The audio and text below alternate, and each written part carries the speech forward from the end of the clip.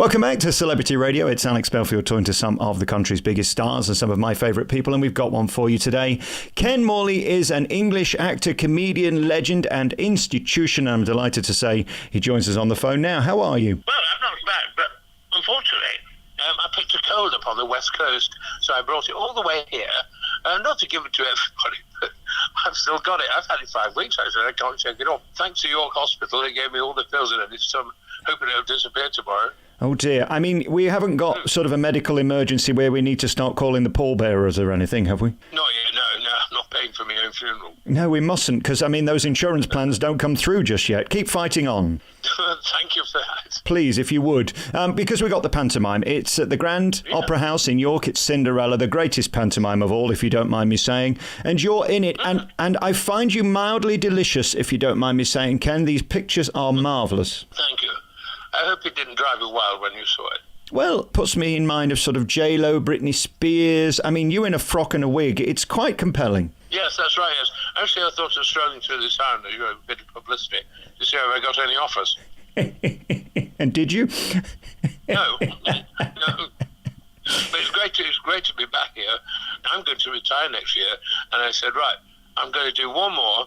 And they invited me last year to do York. That's it. I'll finish on the big one. And it is, and it's hugely respected and sells incredibly well, and a beautiful theatre too. You don't always get that combination, do you?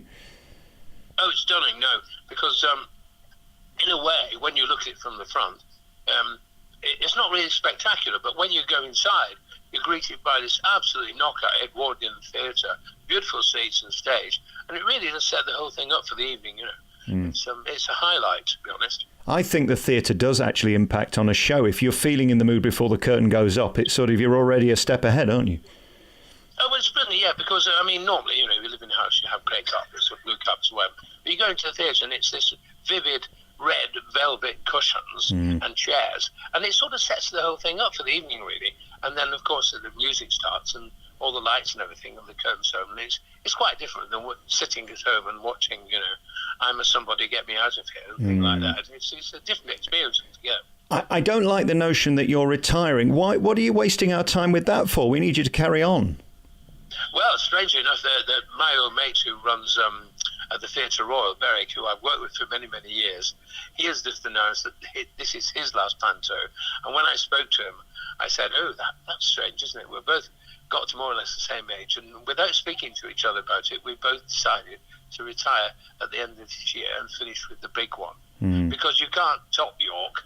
I mean, even if you're in the West End at the London Palladium, it's not the same. York is quite unusual and unique. And what a beautiful place too. I mean, that Christmas market, just the look of it, the whole place is sexy before you've even done anything.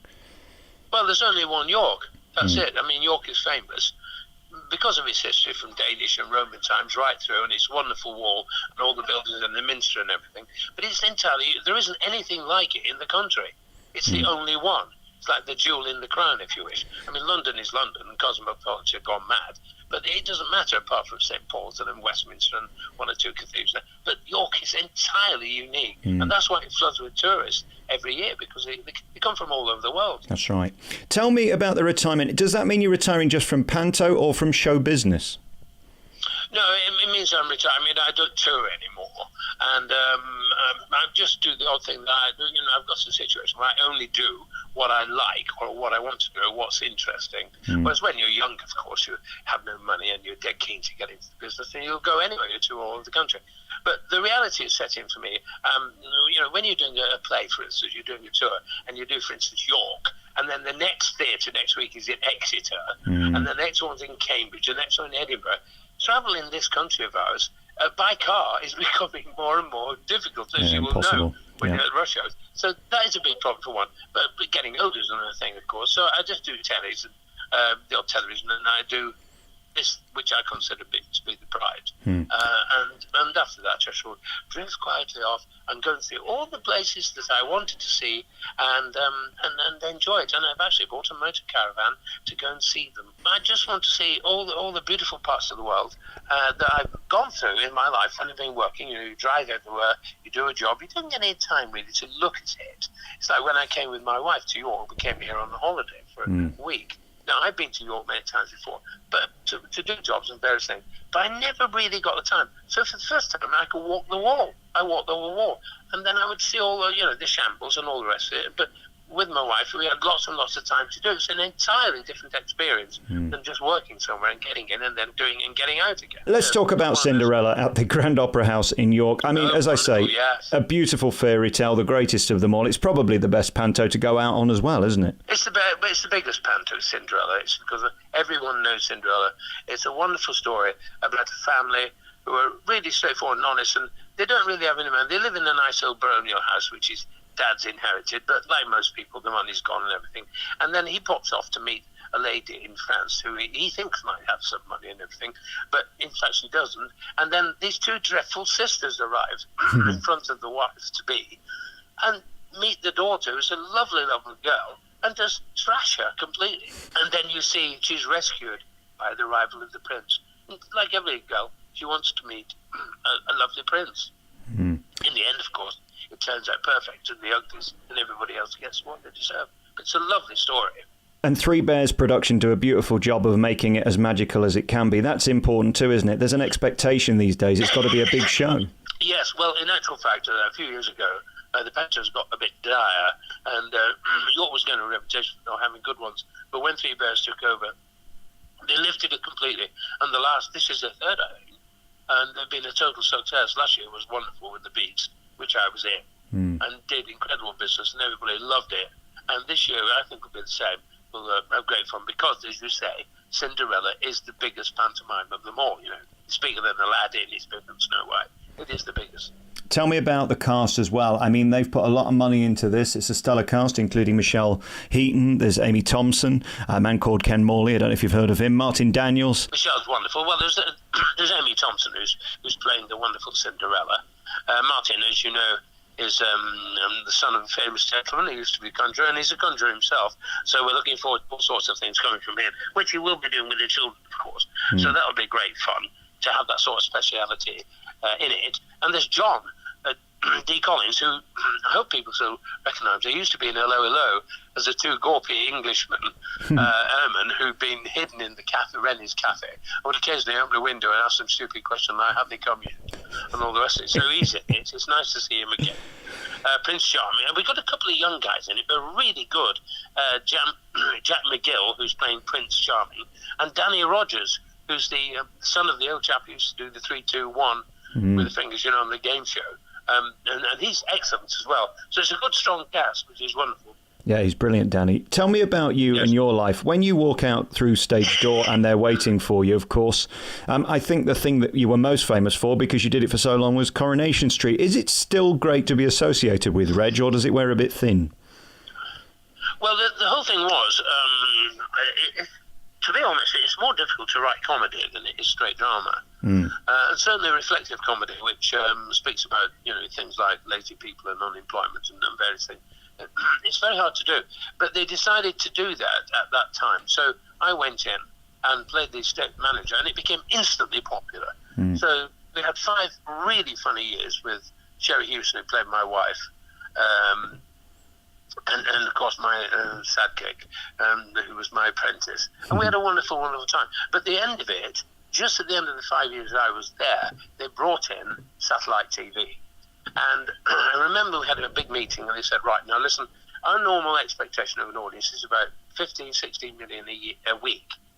But when we have these many stations coming on satellite, we really think we may have only half or even less. And this could have diaper. And then they said, we're going to go towards a more serious format now, but to do with some serious questions, social questions, political questions. And I thought, I'll put my parachute on now and jump off, which I did. Very wise. I mean, they were the halcyon days. Funnily enough, I was just with Sherry Houston last week in Birmingham in Benidorm. She's starring in that. And yesterday I was in Leicester with Kevin Kennedy, who's doing Panto there. I mean, you're all still at it. It's wonderful. Yes, that's right. Well, I was in Benidorm myself, actually. I did one thing, playing this hairdresser from Liverpool. And it was wonderful to do it. It's a very hectic schedule they do. But, I mean, they've done about 9 years. I think it's finished now, but they've been on a huge time. It's had a great success. And I know their tour is selling out. So good luck. Yeah, it's a great show. I mean, is there any hope you would ever consider going back to Corrie? Because they've got to go funny again if they want to save it, because we're all too sick of Brexit and the serious stuff. We need nonsense, don't we? We need Reg back falling about laughing. Yes, we are Brexit exhausted. That's absolutely true. No, I mean, although it's a serious matter, we're really getting sick of people arguing about it and all the rest of it, and it's really quite straightforward. My own feelings is that they should have gone much harder and said, right, we're going now, we're leaving, please understand that, so let us know what you want to do, and if they didn't, then we just leave, and then we'll have a discussion. They would have had an intermediate period.